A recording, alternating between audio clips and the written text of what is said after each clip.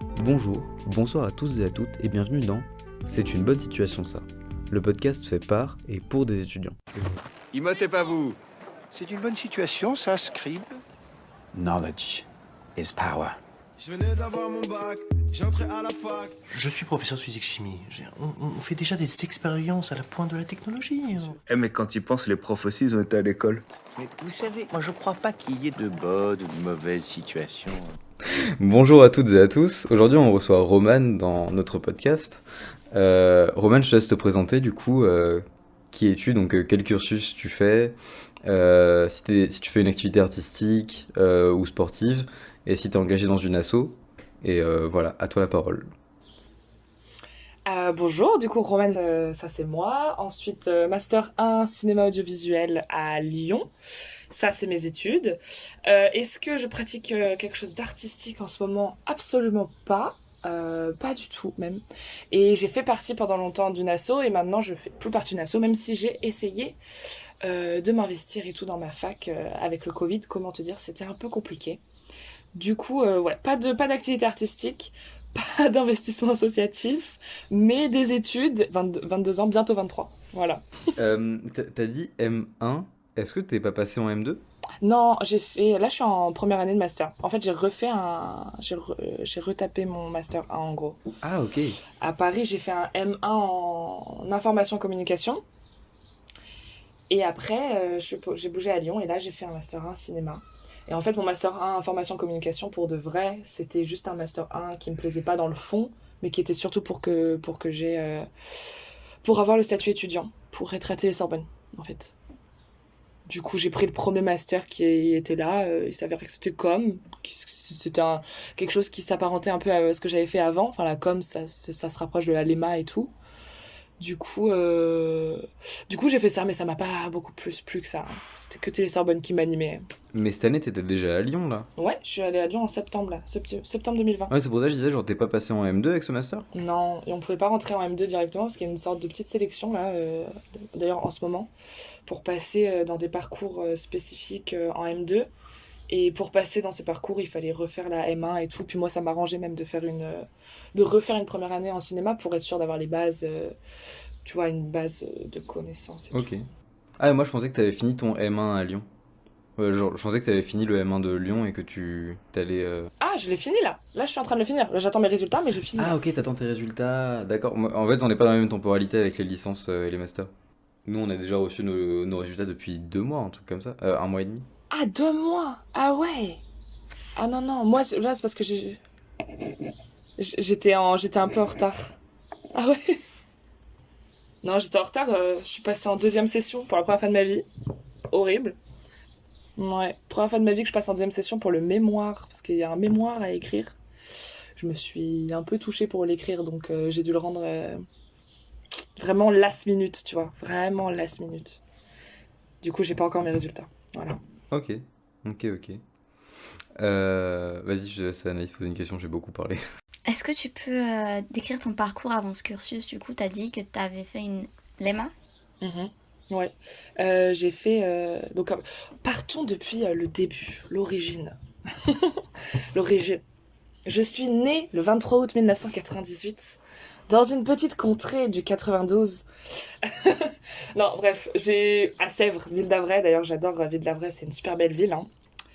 C'est ma ville. Bref, c'est pas du tout là dont je veux en venir. J'ai passé un bac scientifique. J'ai fait voilà, S. Ensuite, je suis partie à la fac en LEMA. Enfin, non, attention, en lettres modernes. J'ai fait 6 mois de lettres modernes. J'ai pas aimé. J'ai dit, c'est trop de littérature, c'est trop de grammaire. Moi, je veux faire d'autres choses et tout. Au début, je voulais être journaliste. Je voulais passer les concours des écoles de journalisme. Et ça manquait un peu de concret, tu vois, les lettres modernes. Du coup, je suis passée en LEMA et il y avait une sorte de pont parallèle. On pouvait rentrer... je suis rentrée au deuxième semestre de l'EMA L1, quoi. Enfin, j'ai fait premier semestre à la lettre moderne, deuxième semestre l'EMA. Et puis après, j'ai continué en l'EMA. J'ai trop aimé. Enfin, j'ai trop aimé. C'est un grand mot, mais c'était cool. J'ai rencontré des super personnes et tout. En L3, je suis rentrée à Télé-Sorbonne, du coup. Après, je suis restée à Télé-Sorbonne, du coup, L3 et ma première année de master à Paris. Voilà. Donc j'ai fini ma LEMA. J'ai du mal à organiser ma pensée, là, attention. Euh, 3 ans en LEMA, après 1 an en Master 1 Communication à la Sorbonne Nouvelle, donc Paris 3, qui n'avait rien à voir, mais rien à voir avec Paris 4. Donc j'étais complètement ailleurs, vraiment ça. Oh, vous êtes déjà allé à Paris 3 ou pas? En quoi ça n'a rien à voir? Mais les profs, ils sont nuls. Voilà, faut le dire. Il faut le dire. Par rapport aux profs qu'on a, en fait, on se rend pas compte. Il y a un truc dont on se rend pas forcément compte quand on y est, c'est qu'à Sorbonne Université, les profs, c'est vraiment des têtes, quoi. C'est vraiment c'est vraiment des têtes. Et quand tu vas dans une autre université, tu te rends compte que t'as pas cette qualité d'enseignement partout, quoi. Et voilà. Après, les locaux aussi sont dégueulasses, mais là, ils vont déménager. Et à part ça, en plus de ça, je faisais un master qui me plaisait pas plus que ça. Donc, j'ai pas envie de cracher trop longtemps sur P3, mais c'est horrible. Voilà. Voilà. Donc, on retiendra, n'allez pas à P3, c'est ça?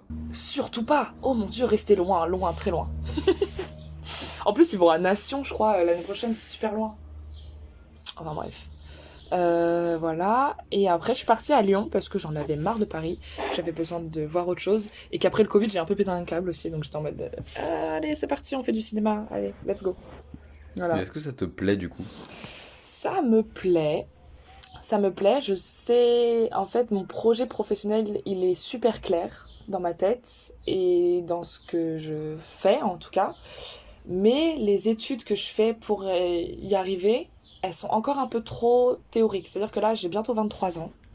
Je commence à en avoir marre, mais d'écrire des mémoires et d'avoir des cours théoriques en amphi et de parler de cinéma plutôt que de faire vraiment des choses, tu vois. Et c'est un peu pour ça que déjà, dès la LEMA, j'étais rentrée à Télé-Sorbonne. C'était parce que déjà, le concret me manquait.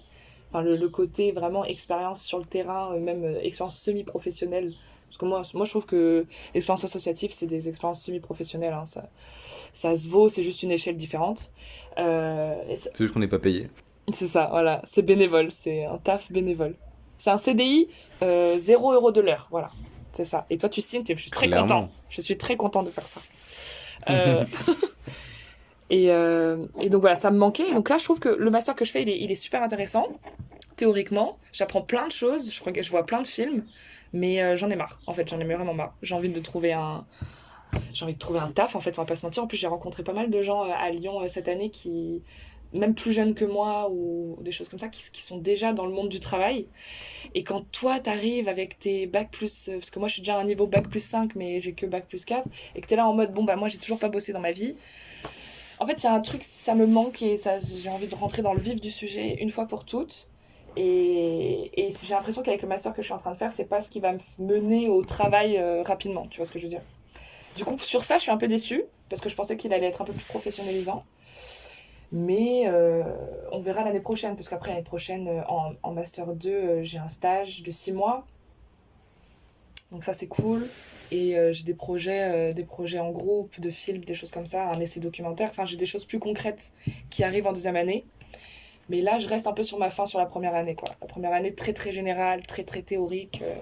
Je n'en peux plus, en fait. Je n'en peux plus de parler cinéma et sans vraiment rentrer dans le vif du sujet, de toujours tourner autour du pot, de parler de grandes théories et tout. Mais au final, t'es là et t'es en mode, est-ce que vraiment parler de grandes théories, de Truffaut et tout, ça va m'amener à avoir un taf, en fait? Depuis le Covid, j'ai un peu développé, je sais pas si c'est... Je pense que ça doit être un peu... Il y a d'autres gens qui doivent ressentir ça aussi, je pense. Ça doit pas... Enfin, ça m'étonnerait pas. Développer une sorte d'anxiété liée au monde du travail et à l'insertion professionnelle, surtout dans le domaine dans lequel je suis. Voilà, je développe une sorte d'inquiétude tout le temps sur... Et je crois que ça, plus je grandis, plus ça vient. Déjà, c'est normal, parce que je me rapproche de l'âge de l'entrée sur ce qu'on appelle le fameux marché du travail. Quelle angoisse. Et du coup, même avec le Covid, je crois que ça a augmenté cette inquiétude, tu vois. Et du coup, genre, je kiffe tout le temps les études et tout, mais j'ai toujours cette inquiétude de me dire, mais putain, Romane, il faut que tu trouves un taf à un moment. Est-ce qu'il faudrait pas juste arrêter de parler théorie tout le temps et d'aller à l'université, là? Stop. Ou alors termine ça vite, bien, et après on passe à autre chose, tu vois. Et voilà. Donc, je sais pas si vous pensez pareil, mais le Covid et l'anxiété du travail... Ah si, Si. Mais la question que je voulais te poser, c'était justement pour avoir cette côté pratique. Pourquoi t'as pas pris un BTS ou une école ou... Juste après mon bac, tu veux dire? Ouais, par exemple, ou là, après ta licence? Bah, en fait, c'est ce que je voulais faire. Attends, je suis en train de m'emmêler là. Déjà, après le bac, j'étais pas du tout dans le mood ciné. Enfin, j'étais pas du tout dans ce mood-là. J'étais très. Après le bac, en plus, je sortais d'un bac S et tout. Enfin, j'avais absolument pas en tête de faire un BTS audiovisuel. Alors que j'aurais pu, hein, mais j'avais pas ça en tête. Et en fait, à la fin de mon. Donc, après le Covid, là, après le confinement, quand j'ai dû postuler à des formations en master et tout, j'avais regardé les BTS et tout. Ça m'était venu un peu en tête. Et ça va être trop bête ce que je vais dire, mais je l'ai pas fait parce que du coup, moi, je parle beaucoup à mes parents sur ça, enfin, de mon orientation professionnelle et dans les études et tout. Je me concerte beaucoup avec mes parents et je leur avais parlé de ce truc de BTS, de faire 2 ans de BTS après ma LEMA, par exemple, ce qui aurait été très possible. Hein. 3 ans de LEMA, 2 ans de BTS audiovisuel, spécialité production, ça aurait été très bien. Mais mes parents, ils m'ont dit que c'était un problème au terme de niveau d'études, comme quoi j'allais recevoir un diplôme bac plus 2. Et j'aurais pas de bac plus 5, mais j'aurais genre un bac plus 3, enfin une licence, plus un truc niveau BTS. Et ça, mes parents, ils étaient un peu réticents, je crois, par rapport à ça. Et du coup, moi, ça m'a fait un peu poser des questions. Et finalement, du coup, j'ai pas fait ça. Et c'est pas que je regrette, hein, je regrette rien, mais je me dis, c'est un peu con de pas l'avoir fait juste pour cette raison-là. Enfin, parce qu'un bac plus 5, au final, aujourd'hui, qu'est-ce que c'est? Tu vois? Bah, surtout un bac plus 5 quand tu veux pas faire de la recherche dans un domaine, c'est Ouais, un peu... c'est ça. Un truc qui est pas...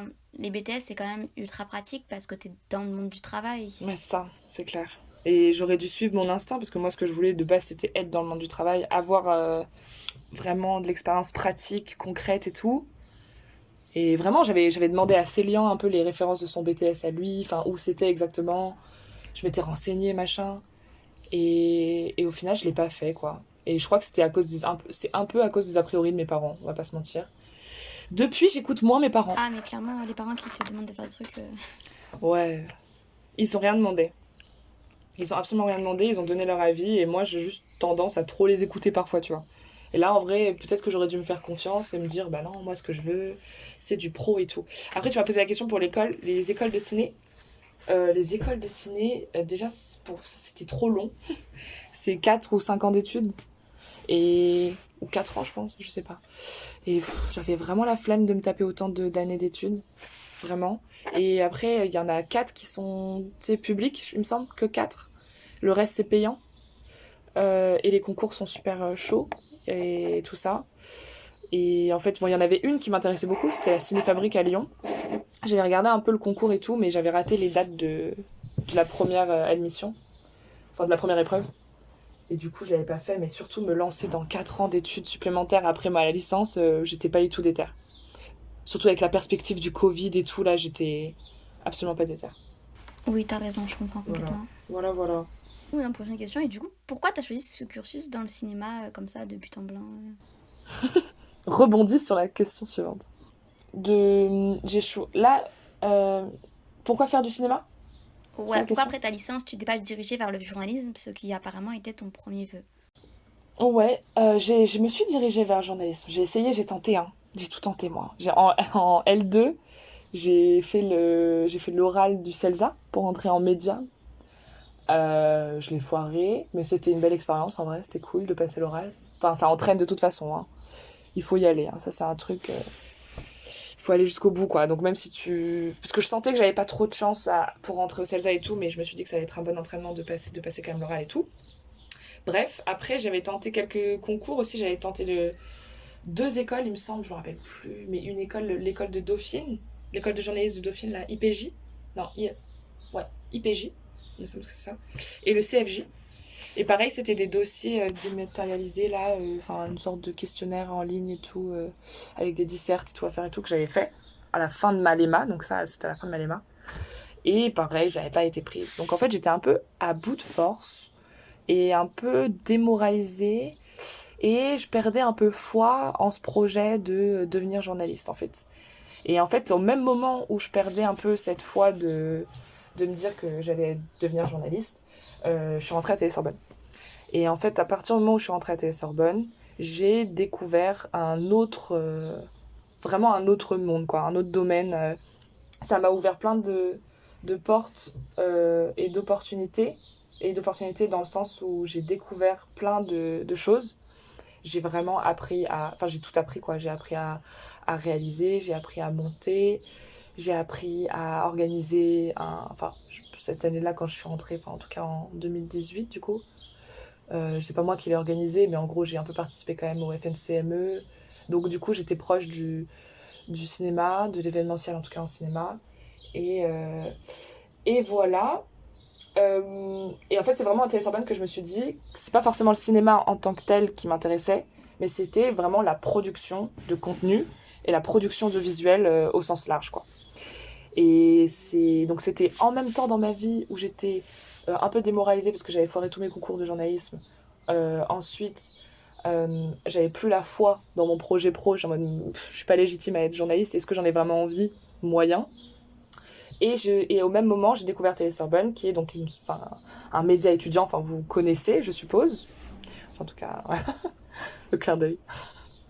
Et voilà. Et donc, en fait, Télé-Sorbonne est arrivé à un point parfait dans ma vie. Et ça m'a donné un peu un regain d'énergie. Et je me suis dit, mais en fait, moi, c'est pas du journalisme que je veux faire. Moi, je veux filmer des choses, produire du contenu. Et pourquoi pas. Et alors, après, le cinéma, c'était vraiment le pourquoi pas, en fait. Je me suis dit, pourquoi pas? En fait, comment se lancer dans la production audiovisuelle? Soit tu fais un BTS, soit tu fais aussi une école de commerce. Hein. J'ai appris cette année qu'en fait, il y a beaucoup de gens qui sortent d'écoles de commerce. Des gens qui veulent faire de la production. Ouais, les producteurs, les directeurs de production, les chargés de prod et tout. C'est un peu un métier, tu sais, un peu hybride entre le ciné et le commerce. En vrai, parce qu'il faut de la négo, c'est de l'économie et tout machin. Enfin, c'est de la gestion de budget, tout ça, tout ça. Et ben en fait, la majorité des producteurs ou des directeurs de production ou des chargés de prod et tout, ils viennent tous voilà, d'école de co. Et ça, je savais pas. Bah, ma coloc, d'ailleurs, ma coloc à Lyon, là, elle est en école de co. Elle est à l'EM Lyon. Et moi, je lui parle un peu, c'est qu'on on vit ensemble, du coup, on se raconte un peu nos quotidiens et tout.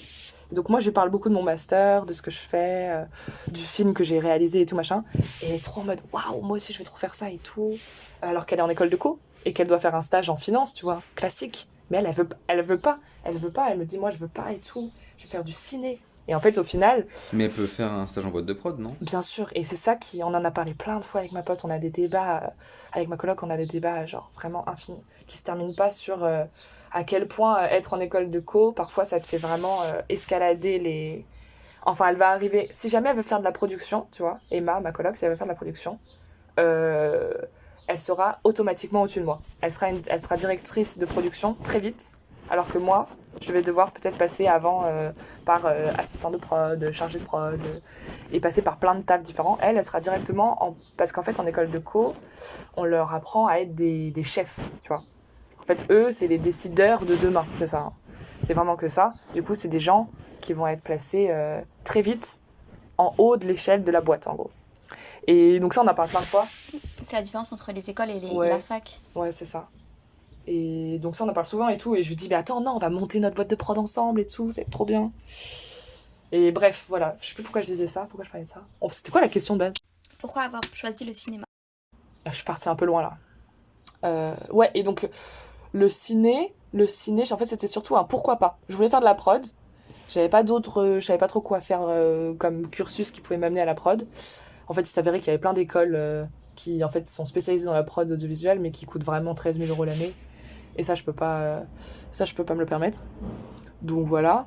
Et du coup, je me suis dit, bah pourquoi pas passer par le ciné, quoi, parce que pour se rendre un peu légitime en tant que productrice, même dans un média et tout, j'avais envie d'avoir une base de culture cinématographique, tu vois, et de me laisser un peu, en plus de me laisser des portes ouvertes aussi, tu vois, à la réal, à autre chose et tout.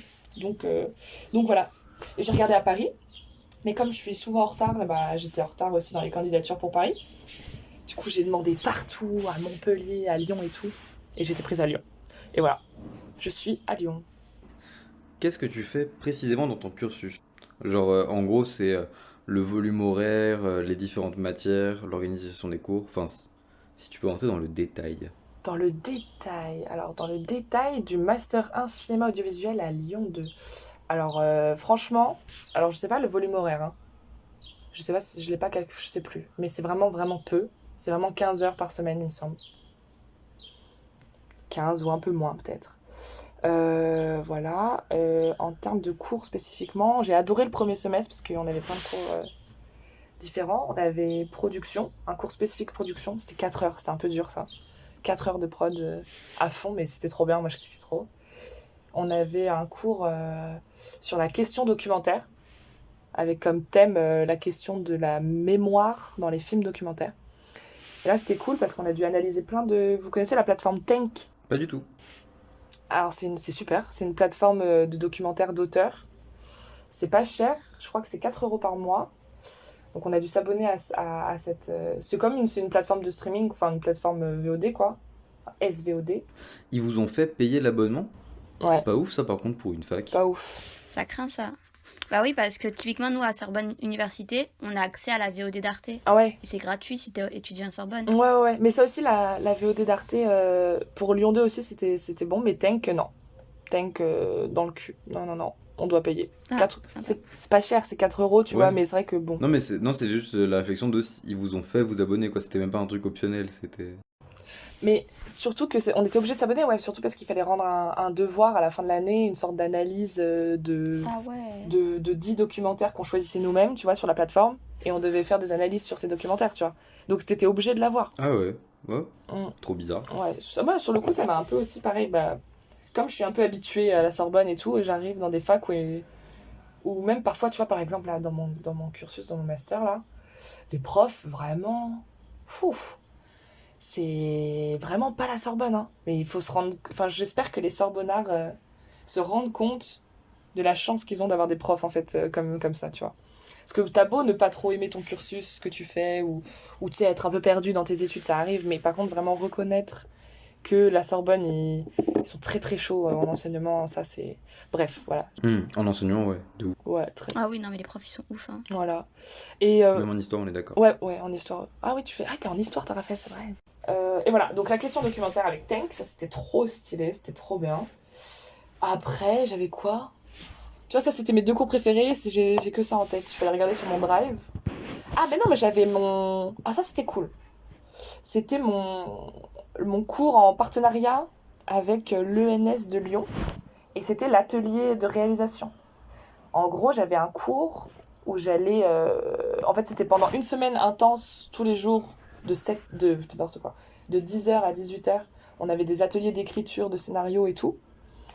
Et après, on avait 2 cours par mois, donc vraiment peu, pour préparer notre court-métrage, en fait. Donc, c'était un atelier de réalisation pour réaliser son premier, ou pas premier d'ailleurs, enfin, pour réaliser un court-métrage qu'on montre à la fin de l'année, tout ça.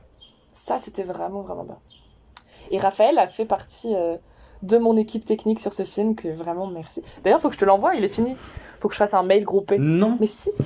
Oh, trop cool. Mais en fait, il est fini, mais attention, vraiment, mais il est bien, mais pas incroyable, attention, franchement. Est-ce qu'on pourrait le mettre en description pour que les gens le voient ou pas? En septembre, moi, Parce il que sera... c'est privé. Non, ce sera pas privé, hein. De toute façon, ça sera pas privé. Et il s'appelle Debout, mon film. Debout. D'accord. Et de quoi ça parle? Ça parle, le pitch. Je vais essayer de le faire vraiment bien, là. Je vois, on me le demande et je le fais pas si bien que ça. Mais attends. C'est l'histoire d'un mec qui s'est fait quitter par sa meuf, qui déprime tellement et qui bouge tellement pas de son appart, qui est tellement là à rien foutre et à être une plante verte nulle et inutile, qu'un jour, il reste bloqué sur son canapé. Il peut plus se lever. Et voilà, et après suspense, blablabla, on sait pas ce qui se passe et tout, mais voilà. Et donc ça, c'était trop cool à faire. Très stressant, très fatigant. Je le referai pas forcément tout de suite, mais très cool. Réaliser un court-métrage pour la première fois avec une équipe... une très très bonne équipe, hein, mais enfin, c'était endurant, moi j'ai envie de dire. C'était quoi, vendredi, samedi, dimanche? J'ai pas mangé. J'ai mangé 2 chips. J'ai dormi 4 heures. Je te jure, j'ai pas mangé. J'ai perdu 5 kilos. Waouh. Vraiment. Mais c'était une super expérience. Qui dit, j'ai perdu 5 kilos, j'étais au fond du trou, mais vraiment c'était top. Non, en vrai, c'était cool. Mais ça m'a fait un peu réaliser. Donc ça, je pense que c'était un peu le but de l'exercice, parce que moi, je vais pas faire de la réal, forcément. Ça m'a fait réaliser que déjà, c'est hyper important d'avoir une bonne régie et d'avoir une bonne production, bien séparée, production et réal. Parce que quand tu fais les deux en même temps, tu te perds vite. Tu te perds dans la direction d'acteur, tu te perds un peu dans la vision artistique du film et tout. Parce que t'as un peu la tête ailleurs. Tu peux pas avoir la tête dans les deux.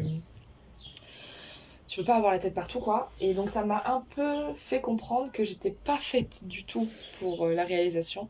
Mais que par contre, j'assurais la prod. Ça, par contre, en termes d'organisation, respecter les deadlines, aller vite et bien et tout, respecter le plan de travail et tout.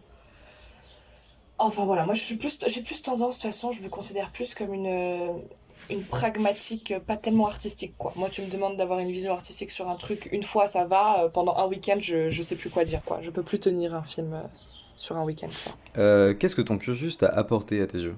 Euh... Ok, tout de suite je suis saoulée, genre, rien? Non, non, non, non. Non, non, non. Déjà, ça m'a apporté des opportunités, des rencontres. J'ai pu faire un stage aussi. J'ai fait un stage d'1 mois. Bon, c'était un stage très court, mais très sympa. Et donc, j'ai un peu rencontré des gens du milieu de l'audiovisuel à Lyon. Et c'était cool. C'était court, mais cool. Ça m'a apporté... ouais, qu'est-ce que ça m'a apporté? Oh, j'ai envie de dire une culture cinématographique, mais en vrai, moyen. Enfin, un peu, mais pas tant que ça. Avec le Covid, c'est quand même très particulier, enfin très difficile de suivre les cours en vrai. Moi, je vais pas vous mentir, hein. J'étais un petit peu... j'ai suivi, mais un peu de loin, quoi. Donc, je peux pas vraiment dire que j'étais pas une élève assidue. Mais j'ai quand même appris des choses, on va pas se mentir. Surtout dans le cours de production. Donc, j'ai appris vraiment... Là, qu'est-ce que j'ai pu apprendre? J'ai appris vraiment spécifiquement comment on demandait de l'argent pour financer un film, par exemple. Ou les chiffres un peu du cinéma français, des ventes et tout, ça c'était super intéressant. Et sinon, globalement, ça m'a appris aussi à, rien que d'avoir fait ce film-là, Debout, je trouve que c'est le plus gros truc de mon master, ça, parce que j'ai jamais autant appris. Même à TS, hein, j'ai jamais été sur un tournage, déjà où j'étais moi la chef d'orchestre, en quelque sorte, et en plus de fiction, j'avais jamais fait de fiction avant. J'étais complètement à l'ouest, hein, d'ailleurs. Et en fait, ça m'a vraiment appris plein de choses en mode en management, un peu d'équipe et tout. Ça faisait longtemps que j'avais pas été que j'avais pas été amenée à travailler en équipe. Et puis ça m'a permis de voir concrètement comment ça se passait pour réaliser un film et tout. Mais voilà, globalement, c'est un peu tout ce que ça m'a appris. Voilà. Gérer le stress, gérer une équipe, voir si la réalisation ça me plaisait ou pas.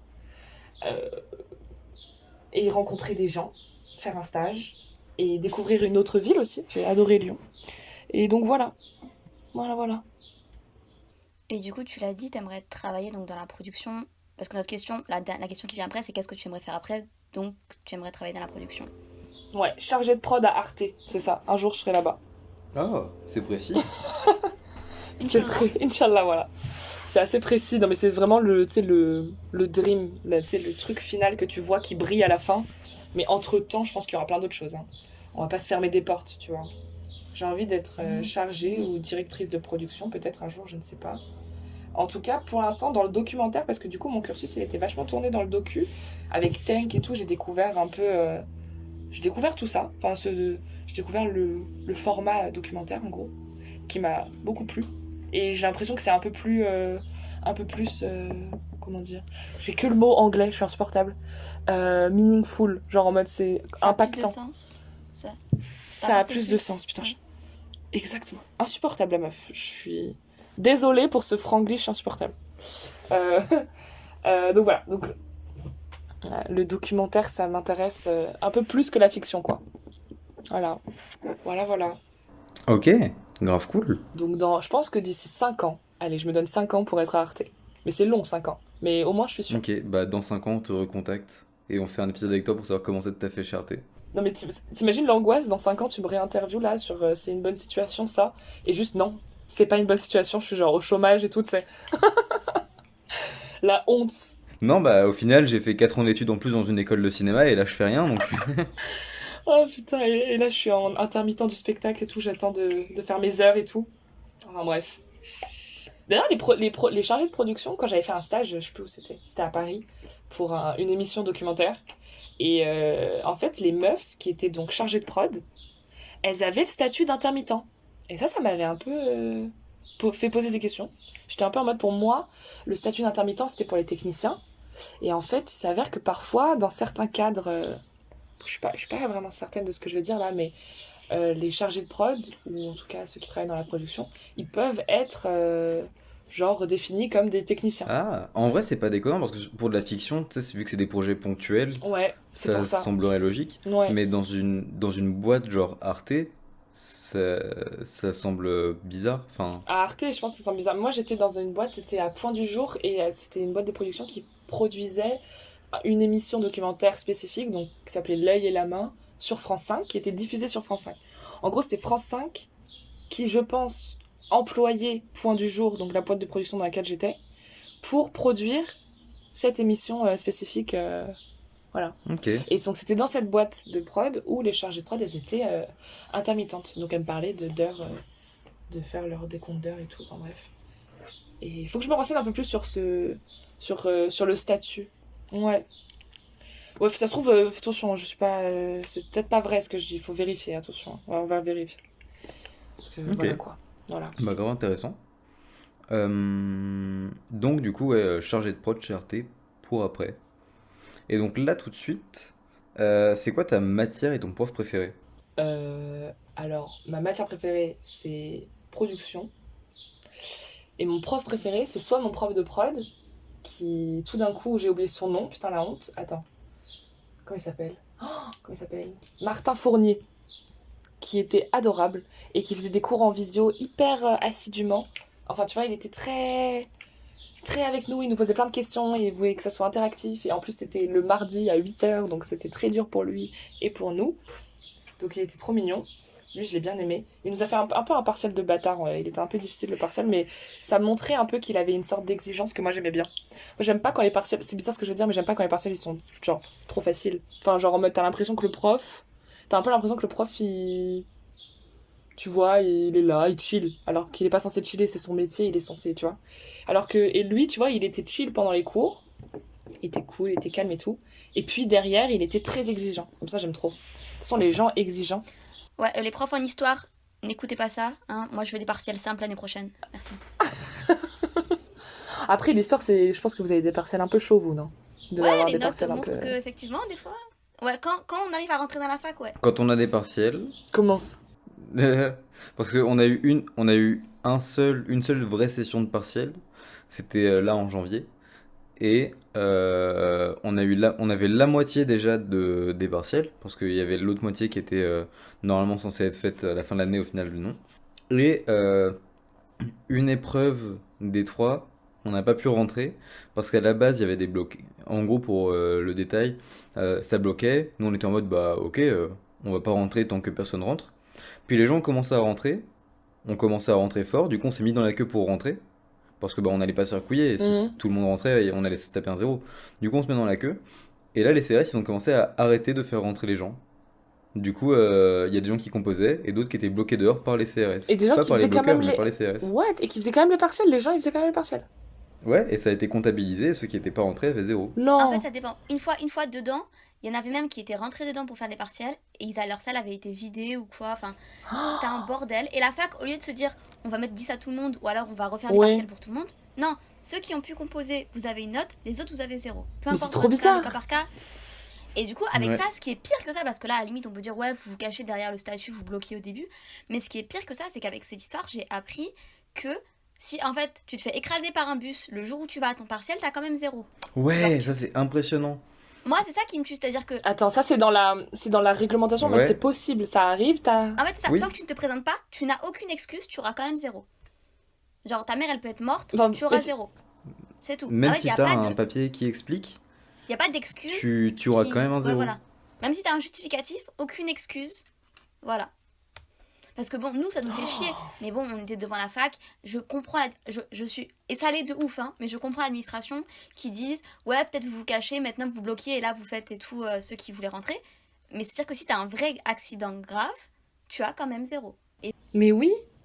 Mais c'est débile. J'allais dire, la nuance, c'est que il y a écrit en gros devant notre zéro absence justifiée. Mais c'est quand même un zéro. Ah oui, donc c'est 0 comptabilisé, mais absence justifiée. Écrit en remarque, genre ça change rien en fait. C'est ça, donc en gros, pour plus tard, pour notre CV ou pour les prochains masters, ils pourront dire, bon, ok, c'est Je sais pas où justifié. t'as vu, d'ailleurs, je sais pas où t'as vu absence Je justifiée, sais pas, Raphaël. c'était censé l'être en tout cas. Ah bah, c'est pas écrit sur mon dossier, hein. Mais je sais qu'ils avaient fait ça. Ils avaient fait ça à Nanterre aussi, mais c'était il y a longtemps là. C'était pendant les blocus, il y a longtemps, je sais plus quand c'était, bref. Ils avaient fait ça en mode 0 à tout le monde, mais absence justifiée, donc vous inquiétez pas pour vos dossiers de master et tout, je sais pas quoi. En mode, ce qui comptait, c'était qu'il y ait écrit que ce 0 était dû au blocus, même si ça te défonçait ta moyenne, mais ils étaient en mode, c'est pas grave, ça te défonce ta moyenne, mais... C'est ça? Je suis passé de 12 à 6 dans la matière où j'ai eu Oh 0, ouais. donc c'est bof quoi. Oh là là. Oh Moi, ce qui me tue dans ça, c'est qu'ils peuvent administrativement. Parce que déjà, moi, j'ai pas vu où c'était écrit absence justifiée, Raphaël, donc moi, je pense qu'on s'est juste fait niquer. Et deux, C'est le possible. truc, c'est que quand tu regardes, ils nous ont proposé. Il y a une structure dans la fac qui s'appelle une banalisation de tes moyennes, où ils te mettent 10. C'est-à-dire que dans le fonctionnement mathématique, Ah ouais? oui, c'est-à-dire qu'ils auraient complètement pu. Ou alors, en fait, ils te mettent pas de notes et la matière est juste annulée, tu vois. En fait, ils auraient pu faire en sorte qu'on ait juste notre note de contrôle continu et ils l'ont pas fait. En fait, moi, ce qui me dérange vraiment, c'est la mentalité qu'il y a derrière, tu vois. C'est-à-dire que si tu te fais écraser, t'auras quand même 0. Et, C'est horrible. en fait, tant pis pour toi. Et même si on peut faire en sorte que On ça le se fera passe bien, pas, ouais. Je n'étais pas présent le jour J, donc... Eh ben, putain. Mais là, il y a un truc vraiment qui... On se rend pas compte à quel point les étudiants, franchement... C'est trop cool, c'est trop génial d'être étudiant, c'est la meilleure période de ta vie. Mais putain, quelquefois, quand même, les gens, ils se rendent pas compte que, en fait, c'est hyper dur d'étudier, je trouve. Dans de bonnes conditions.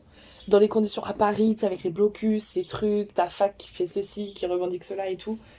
En fait, t'as tellement d'obstacles à être un étudiant, et tout le monde est en mode, mais non, trop pas, tu te bourres la gueule, t'es là, t'as 20 ans, t'es au top de ta vie et tout.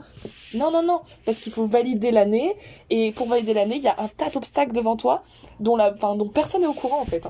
Et cette petite réglementation de se dire, si un étudiant ne se pointe pas à un examen, peu importe son excuse, il a 0, ça montre à quel point c'est fourbe, en vrai. C'est tellement fourbe, et ça m'énerve. C'est ultra fourbe. Ça m'énerve.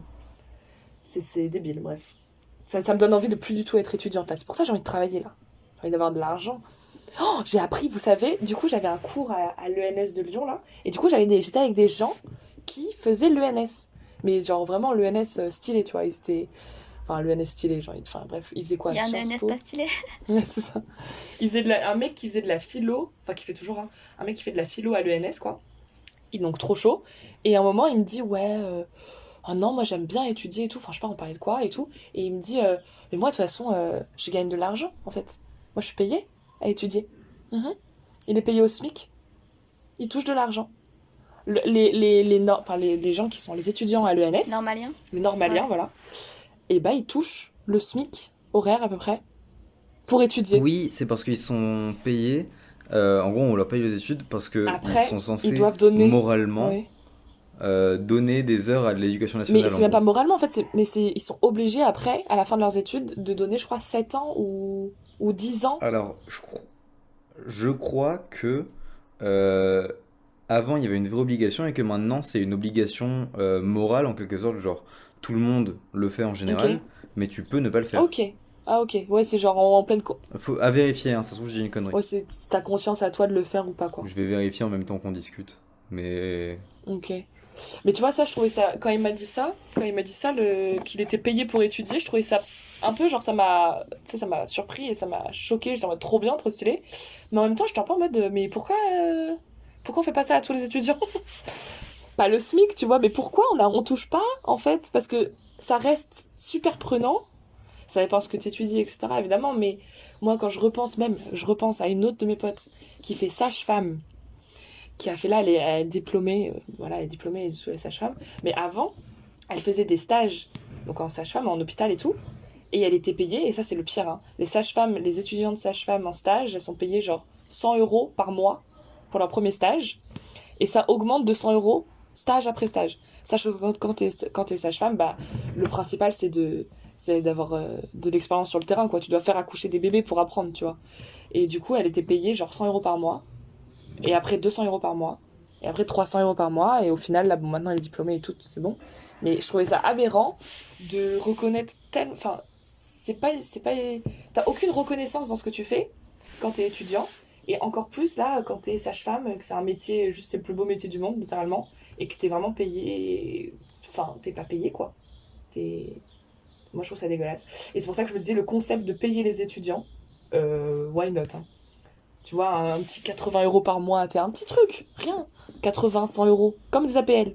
Bah en fait, ouais, moi à la limite, ou pas être payé, mais qu'il y ait des trucs qui soient gratuits. Typiquement le pass Navigo, ça Typiquement. coûte tellement Mais cher. voilà, ouais, voilà, exemple parfait. Et encore, là, le pass Navigo, il y a le prix étudiant. Je parle du prix étudiant, je parle même pas du prix gens normaux. Le prix étudiant reste ultra cher. Ouais. Enfin, ça, c'est des trucs, Ça, je vous dis. ça c'est vrai. Pour moi, il y a des trucs qui devraient être, en tant qu'étudiant, ça devrait être gratuit. Ouais, mais ça c'est clair, hein. Mais ça, c'est d'ailleurs, pourquoi c'est pas mis en place, surtout parce qu'il y a des jeunes, des étudiants qui montent sur Paris, je suppose, pour leurs études, et qui doivent du coup emménager dans Paris. Donc déjà, va te trouver un appart à Paris, machin. Enfin, tu vois, être étudiant, en plus, c'est cher, quoi. Ça te coûte de l'argent d'étudier. Du coup, j'ai regardé et il y a l'Observatoire des inégalités qui a fait un article là-dessus sur les étudiants rémunérés. Et donc, Mhm. en majorité, voilà, c'est respecté, mais il y en a qui ne font pas, un métier dans la fonction publique Leurs derrière. Et normalement, la norme veut que tu dois rembourser une partie de tes études, même pas toutes si tu le fais, mais une partie de tes études derrière. Mais en plus, c'est pas forcément Putain. fait tout le temps. C'est pas un truc respecté. Eh Donc au ben. final, il y a des gens qui vont juste se faire rémunérer pour après aller dans le privé et toucher encore plus. Mais ok, mais après, c'est des gens immoraux, quoi. Oui, mais au final, est-ce qu'ils en ont quelque chose à foutre? Mais c'est des méchants. On n'est pas méchants, nous. On veut pas être méchants. C'est pas gentil d'être méchant. C'est des méchants. Oui. C'est pas très gentil, non. Pour revenir sur les rails de notre conducteur, est-ce que tu envisages de partir à l'étranger pour faire une partie ou le reste de tes études et pourquoi? Oh, j'aimerais trop. J'ai tellement rêvé tout le temps de le faire. J'ai jamais eu. Alors, je sais pas ce que c'était. Est-ce que c'était j'ai jamais eu l'occasion, jamais eu l'opportunité, ou j'ai jamais eu. Je me suis peut-être jamais bougé le cul pour le faire, mais j'ai tellement envie de partir en Irlande depuis 1000 ans. Donc, pour mes études ou pas, en fait, hein. J'ai envie de dire maintenant, je peux. Enfin, que ce soit dans le cadre d'un Erasmus de mes études ou pas, j'ai vraiment juste envie d'y aller. Mais je m'étais un peu penchée sur le sujet d'un Erasmus qui était possible en Léma, là, en deuxième année, il me semble, à Dublin. Et je l'avais pas fait, je l'avais pas postulé. Et du coup, je m'en veux. Ah, ça, c'est un regret, ça, tu vois. Mm. Trop un regret de pas être partie à l'étranger. Et alors, pourquoi l'Irlande? Aucune idée de pourquoi. Mais je pense que je sais pas, c'est un pays qui m'appelle de ouf. Et mais même l'Angleterre, en fait, c'est un endroit où je suis jamais allée. Notamment pour l'exil fiscal ou... Non, plutôt pour la bière. Plutôt pour la bière. Non. Mais parce que en fait, je crois que ça m'attire parce que c'est tellement proche de nous et je suis jamais allée. C'est comme l'Angleterre, c'est tellement à 2 pas. Mais enfin, vraiment si proche et je suis jamais allée et je me trouve trop bête de pas y être allée. Alors que je suis allée dans d'autres pays et tout. Mais là-bas, non. Alors que la culture, la bière, tout ça, ça m'attire quoi. Et non, mais de toute façon, Bah du coup, dans 5 ans, quand on te rappellera que tu seras chargé de prod chez Arte, tu pourras nous dire aussi comment c'était l'Irlande. oui, exactement. Exactement. D'ici 5 ans, je serai allée en Irlande et je serai à Arte. Et potentiellement, j'aurais fait un documentaire sur l'Irlande pour Arte. Parfait. Bah, Est-ce que ça serait pas moi, je pense qu'il faut incroyable. vraiment qu'on note sur le côté une idée de projet, c'est genre comme les trucs de Philippe Etchebest, genre que sont-ils devenus? Oh, tant l'angoisse. Et ça fout une petite pression, hein. Ça veut dire que tu vas devoir me supporter encore 5 ans et je suis pas certaine que cette histoire dure 5 ans. Non, c'est fini demain. Oh mon dieu. Oh purée. La rupture de C'est une bonne situation, ça. En direct live. Je suis trop contente d'assister à ça. J'adore le Bah, drama. je dis Anaïs qu'en plus t'avais assisté à sa création vu que je t'en avais parlé direct en mode j'ai le droit ou pas? Oui. Mais oui, c'est vrai. Ah, c'était trop marrant comme message. Ah non, tu m'avais tué. Bien sûr que t'avais le droit, mais c'est parce que tu voulais utiliser les studios de la mine, non? Ouais, je voulais aller à l'ami vu que j'étais chez TS. Ouais, et du coup, t'étais en mode, est-ce qu'il y a un conflit d'intérêt et tout? Je me dis, non, t'es fou, fais des trucs, vas-y, fais plein de choses. Allez, go. En plus, on a eu la chance, enfin, on a toujours la chance d'avoir, tu sais, la maison des initiatives étudiantes qui est un endroit extraordinaire et vraiment. Mais on y est inscrit aussi maintenant. Vous y êtes inscrit? Ouais, on s'y est inscrit. Ouais. Comment tu vois le fait d'être étudiant en France aujourd'hui en 2021? Bon, on en a un peu parlé là tout à l'heure, du coup. Mais c'est. Je trouve que c'est la plus belle. J'en sais rien parce qu'en vrai, on a une petite vie encore, mais c'est une des plus belles périodes de la vie, je pense. Et c'est super beau d'apprendre. Enfin, on a trop d'opportunités. Enfin, en fait, c'est un moment de ta vie où tu as trop d'opportunités, tu as trop de portes devant toi qui se présentent à toi et tu peux faire que découvrir et apprendre des choses. Donc, c'est hyper enrichissant et c'est... Voilà. Mais à côté de ça, j'ai l'impression qu'on n'est pas assez accompagné, qu'on n'est pas assez entendu, qu'on est un peu laissé comme ça en marge, parfois, j'ai l'impression. En mode, bon, ça c'est rien, c'est les étudiants. Et puis il y a une question aussi d'âge où on a tendance toujours à comment dire, à genre donner moins d'importance à ce qu'on va revendiquer ou ce qu'on va dire, justement parce qu'on est des étudiants et qu'on a genre la vingtaine. Et que du coup on sait pas ce qu'on fait, on sait pas ce qu'on dit, alors que justement on est en train d'apprendre à construire ce qu'on dit, à construire ce qu'on est. Donc on est un peu les premiers pour... je me perds là. Les premiers quoi? Les premiers concernés, quoi. Et voilà, donc c'est un peu dur. Moi, je dis, si je devais me présenter en politique, je dirais on donnerait plus d'argent aux étudiants. Rends l'argent aux étudiants. Votez Et Roman. voilà. Ouais, yes. Tu sais, mon programme, c'est que ça, que la ligne. L'argent aux étudiants, wouhou. Et là, tout le monde en oui. Donc dans 5 ans, chargée de prod à Arte, Irlande et présidente. Ouais. Ça fait un gros Ouais. programme. Beaucoup de casquettes. Attends, mais ça serait un truc de ouf. Ça serait un gros truc. Ça serait vraiment, je serais chargée de production audiovisuelle à Arte, en train de préparer mon documentaire en Irlande, et en même temps, au deuxième tour de la présidentielle 2000, je sais pas combien. Alors 2027. Ah, tu t'es déjà engagé sur le deuxième tour, t'étais sûr? Ok. 2027, en campagne. 2027, voilà. Ah, je serai en campagne.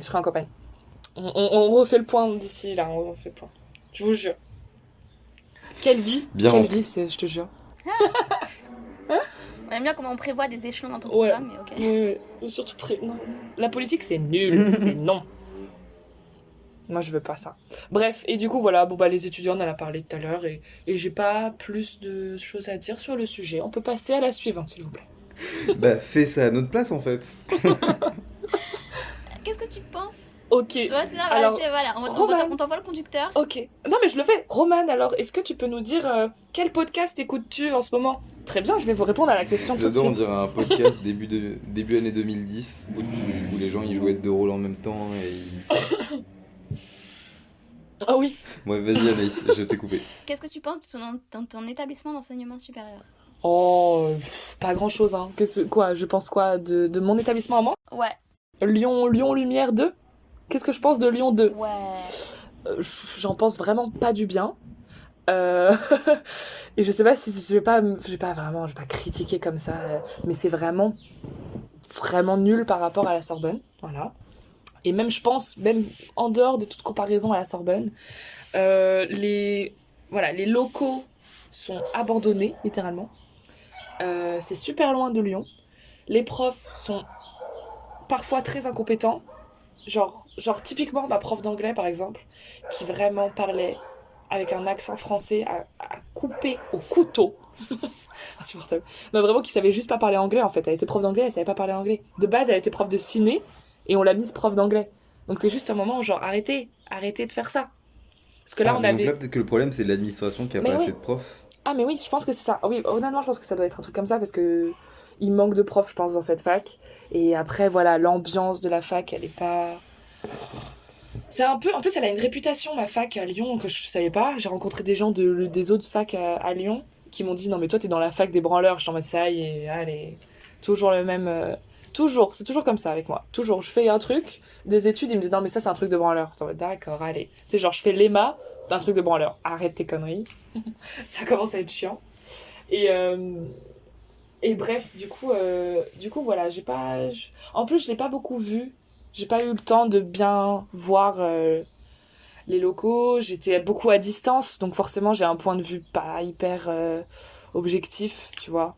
Je pense que si j'avais eu cours sur place, que j'avais pu rencontrer mes professeurs un peu plus, ou si j'avais été un peu plus en contact avec l'administration ou les gens en général dans cette fac, peut-être que je penserais autre chose, tu vois. Je penserais autrement, mais... Enfin, en tout cas, vraiment, c'est pas une fac que je recommanderais, tu vois. On me dit, ouais, je cherche un master en ciné et tout.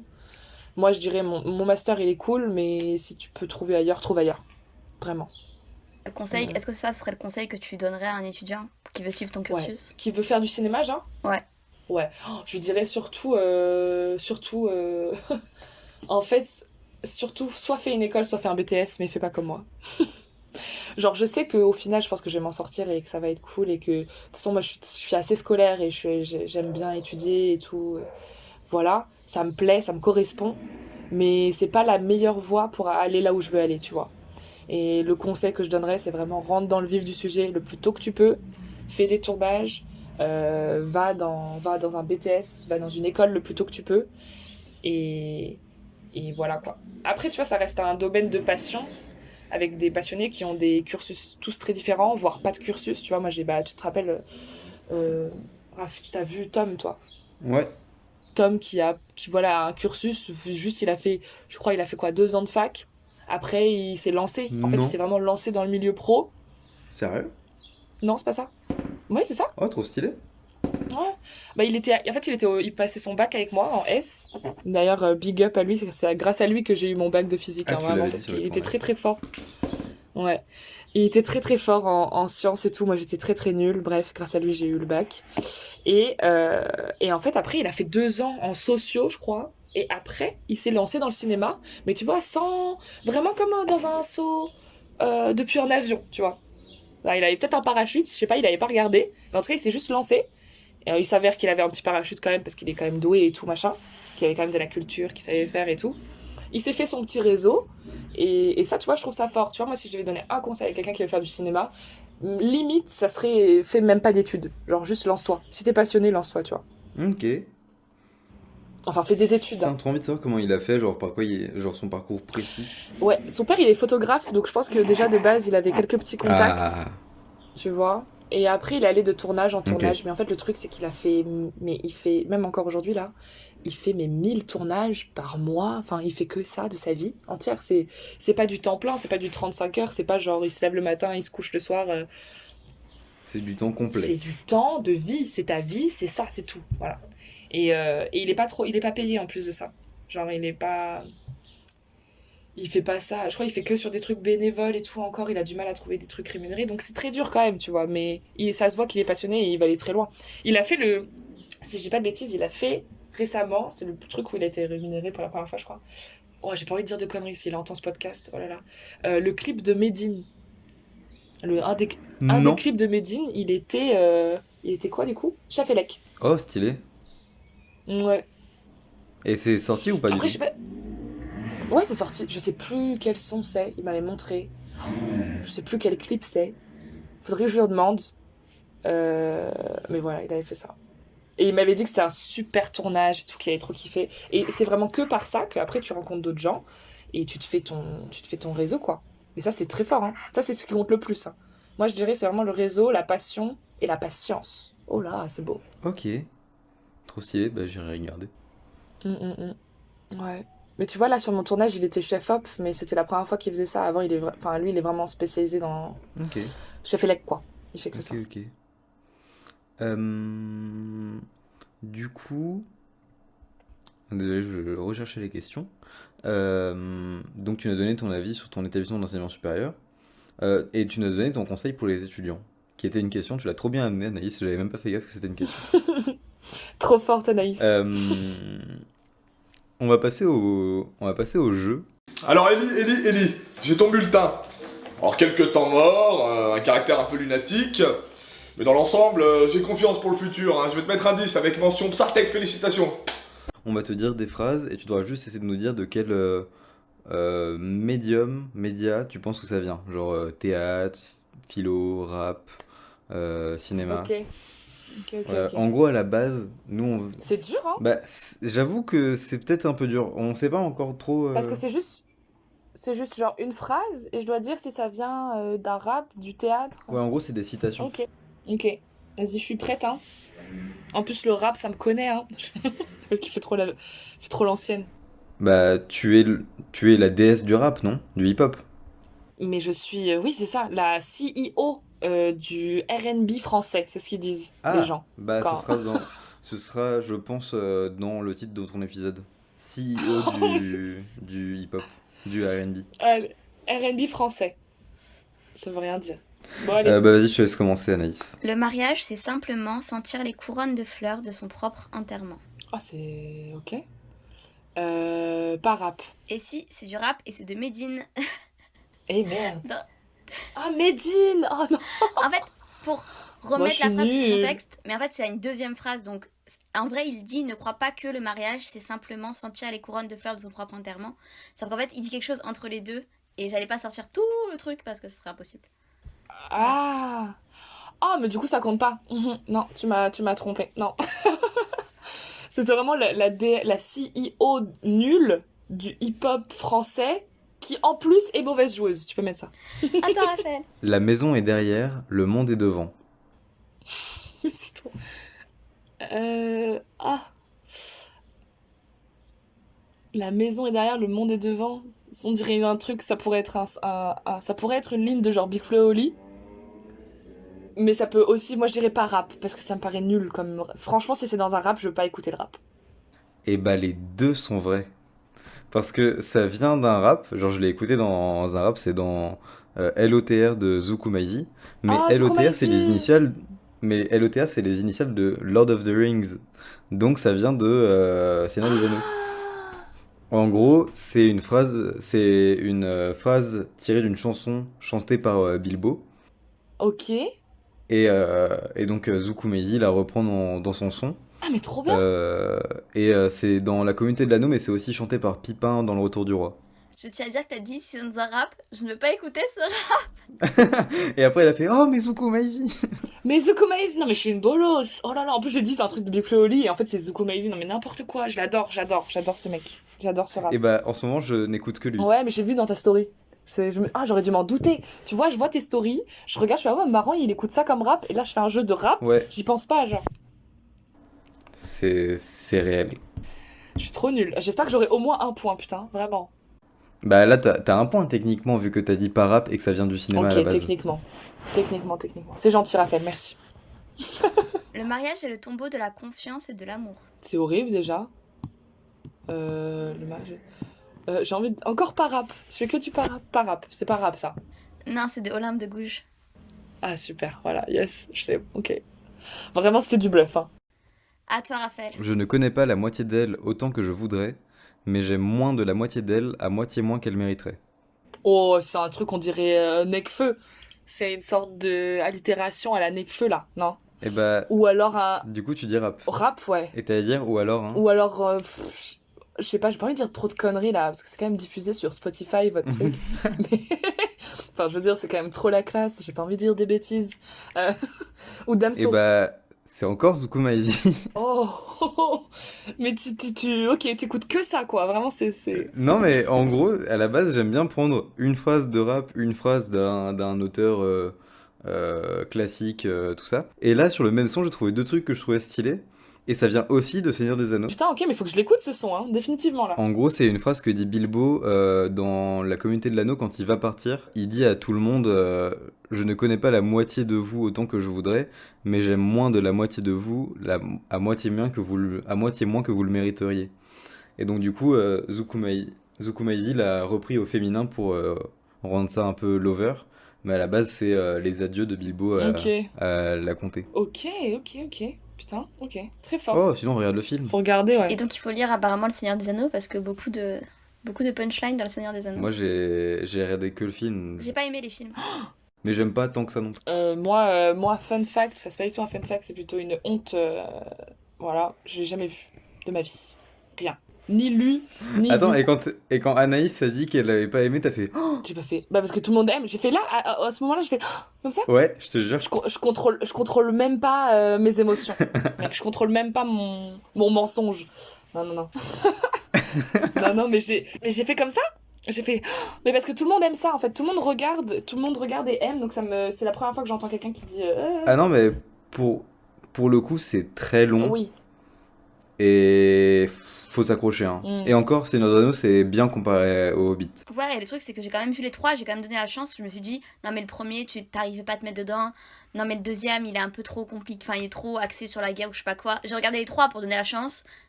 ça me fait chier pendant 6 heures. Donc, Ouais, ok. En plus, c'est vraiment 6 heures. Enfin, tu donnes 6 heures de ton temps pour un truc qui, au final, t'aimes pas. Je pense que ça te fout un peu la. Après, j'ai regardé, ça fait un petit moment. Donc peut-être que si je regarderais aujourd'hui, je l'aimerais plus. Mais est-ce que j'ai envie de faire ça? Non, mais tu sais quoi, juste écoute le son de Zukumaizi déjà, ce sera bien. C'est ça, voilà. Vas-y, du coup, on va passer à la suite. Donc, le jeu est fini avec 4 phrases. Et donc, j'ai gagné quoi là? Un prix? La reconnaissance éternelle. Un droit de passage dans le Que sont-ils devenus?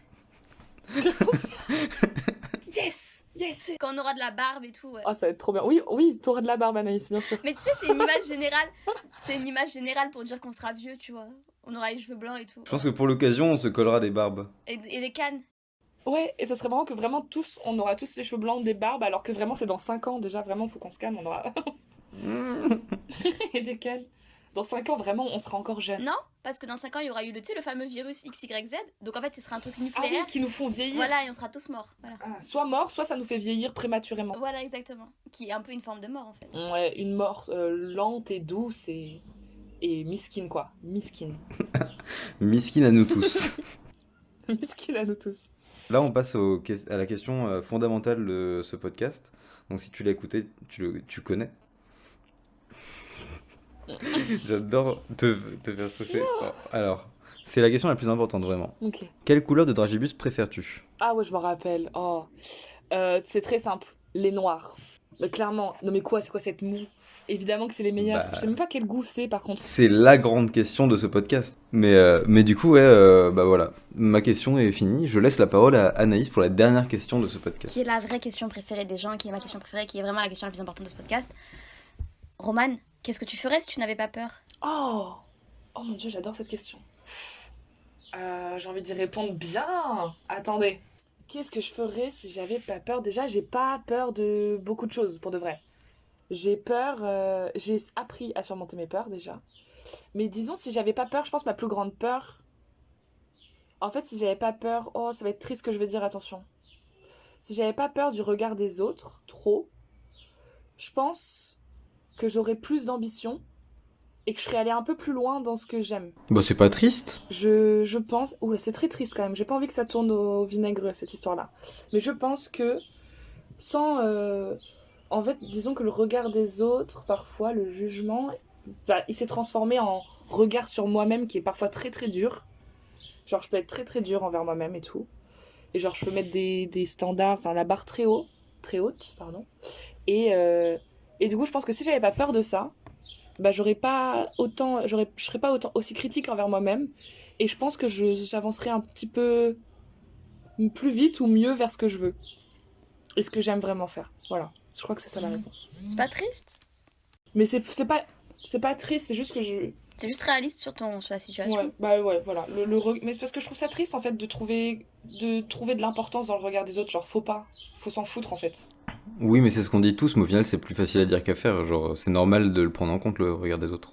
Exactement. Et il faut pas se laisser envahir et handicaper par ça, tu vois. Ça, c'est très important, ça faut pas. Et du coup, si jamais t'as pas peur de ça, je pense que tu peux vraiment soulever des montagnes. Hein.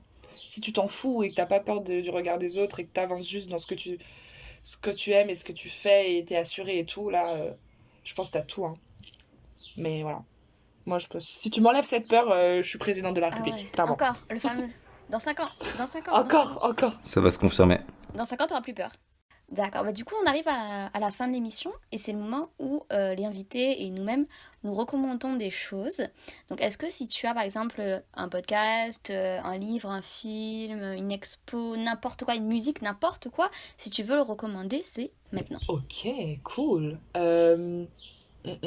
Alors en ce moment, là déjà moi j'écoutais beaucoup Les couilles sur la table. Je sais pas si vous connaissez. Très connue. Ah, bien. Ouais, j'adore ce qu'elle fait et j'adore cette émission. J'aime bien quand les invités volent mes idées de podcast à recommander. Ah. Et en fait, récemment, elle a sorti Le cœur sur la table. Comment elle s'appelle déjà? Je crois que j'ai oublié son nom. Victor Tuaillon. Ah, j'en ai entendu parler. Ouais. Et alors le cœur sur la table, les gars, c'est sur la révolution romantique ou sur comment réévaluer un peu les relations amoureuses entre les femmes et les hommes, quoi. Et c'est super intéressant, il y a genre 8 épisodes. Et vraiment, s'il y a une recommandation à faire en ce moment, parce que c'est très récent, hein, ça va sortir là, je crois qu'elle va continuer à sortir des épisodes cet été. Et bah, c'est Le cœur sur la table de... T'avais son nom, Anaïs, comment elle s'appelle? C'est important de dire son nom. Victoire Tuaillon. Voilà, Victor Tuaillon, sur n'importe quel, sur Spotify et tout, produit par Binge Audio, je crois. Je crois, ouais. Ça, c'est trop bien. Et aussi, en fait, je vais dire un autre truc, parce que j'ai relu récemment Culotté, le 3e tome. Ah ouais, trop bien. Elles sont Je l'ai retrouvé en fait dans un vieux placard, je l'ai relu et classique, hein. Il faut le lire, ça, c'est trop bien. Oh, et sinon aussi, en France Inter, moi je suis fan de France Inter, et j'écoute genre Par Jupiter, ou j'écoute le 7-9 et tout. Et récemment, j'écoute Léa Salamé qui fait un podcast sur les femmes puissantes. Elle a sorti un livre aussi, je crois. Un livre aussi, qui est trop bien. Et là, ce midi, j'ai écouté le podcast sur Marion Cotillard, qui était super intéressant. Voilà, Ok, trop bien. Et vous, c'est ouais. quoi vos recos du coup? Moi, je vais vous recommander une application. Une fois n'est pas coutume, je vais vous recommander une application. Parce que d'habitude, c'est moi qui recommande des podcasts dans cette émission. Et je vais vous recommander une application qui s'appelle Too Good To Go. Normalement, elle est assez connue.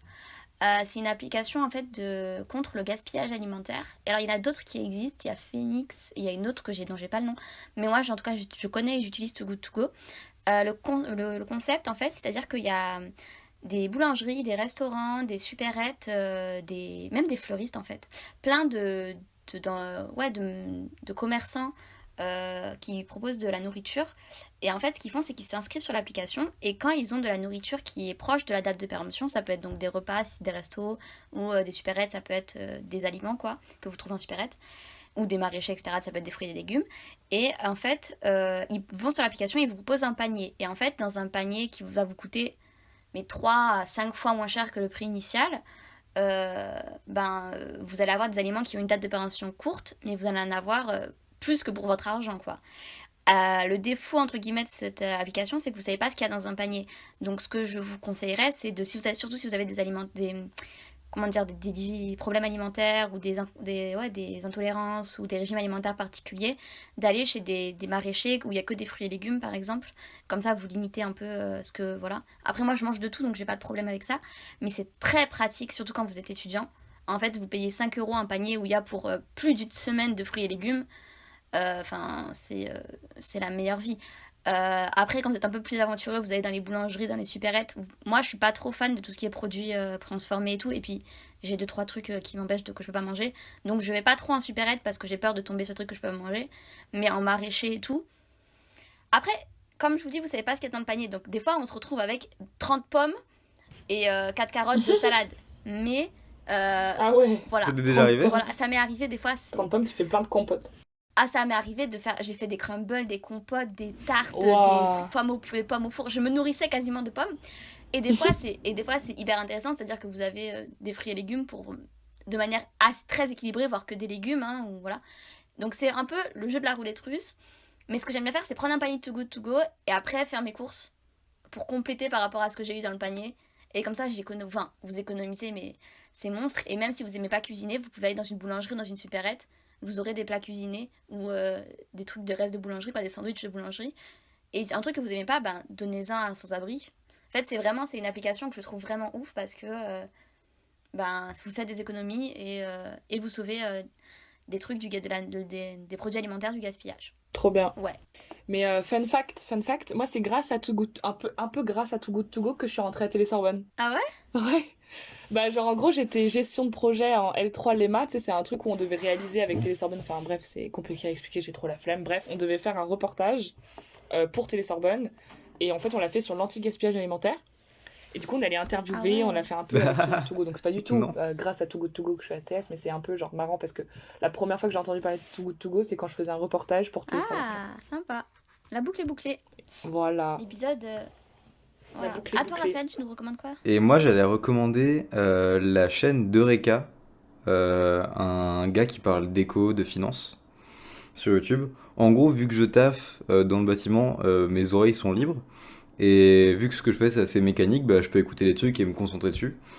Bon, clairement, c'est pas forcément à faire avec ces vidéos, mais je le fais quand même parce que c'est hyper dense et hyper dur, toutes les notions d'économie qu'il explique, etc. Mais si tu réécoutes 3 fois la même vidéo, ça rentre dans la tête. Et donc en gros, je me suis tapé 2 fois là cette semaine la vidéo sur la dette publique. Genre, peut-on annuler la dette publique? parce que c'est un gros débat d'éco en ce moment, je sais pas si vous suivez un peu ça. Et bon, après la question est un peu faussée parce que en gros, pour la faire courte, on peut l'annuler, c'est juste est-ce qu'il faut ou pas le plus le débat. Et, bah, c'est vachement intéressant tout ça. Là, je suis en train de me faire. Il a fait 10 vidéos de 30 minutes chacune sur la crise de l'euro. Je comprends rien alors que j'ai regardé la moitié, mais c'est pas grave, je vais la réécouter après. Mais en gros, c'est que c'est pas normalement à écouter, c'est plus à regarder parce qu'il met beaucoup de schémas, il est très Ah ouais. explicatif. Et du coup, si tu veux un peu découvrir le monde de la finance, etc., c'est un ancien, comment ça s'appelle? Mince, trader. Et il a quitté la finance parce que, Ouais. je sais pas les raisons exactes, mais je crois que ça le saoulait et il voulait faire de la vulga autour de ça.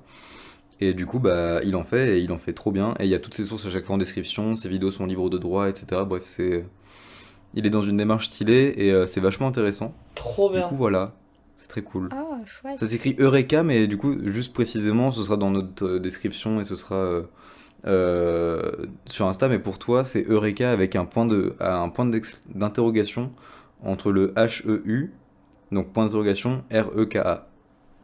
C'est vachement. Des fois, c'est un peu difficile de suivre, mais franchement, il y a des trucs grave cool. C'est la fin de cet épisode. On remercie les invités. Si vous voulez venir, si même toi, Roman, tu connais des gens qui ça peut intéresser de venir, de parler de leurs études, etc., de leur parcours, n'hésitez pas, venez, on est bien, on mange pas les gens. Parfois, on est long à la détente parce que souvent, on enregistre tard. Là, c'est un miracle qu'on n'ait pas enregistré tard. Ou parce qu'on n'est pas professionnel, voilà, on fait ça parce que ça nous fait kiffer, parce qu'on veut partager des expériences. Et c'est très stylé. C'était trop bien. On aime Roman, on remercie Roman d'être venu. Merci. C'était trop bien. Merci les gars, vous êtes trop forts. Mais c'était trop bien, vous avez des super questions et c'est super intéressant. Et voilà, continuez. Et peut-être que dans 5 ans, Ah, merci. Quand tu seras présidente? on sait très bien ce qui va se passer dans 5 ans. Ouais. On sait, hein, on se retrouve dans 5 ans. Allez, on vous aime, on vous estime et on vous dit à la semaine prochaine. Bye. Bisous. On vous remercie d'avoir écouté cet épisode. Vous aurez tous les liens de ce qui a été abordé dans la barre d'infos ou sur la page du podcast.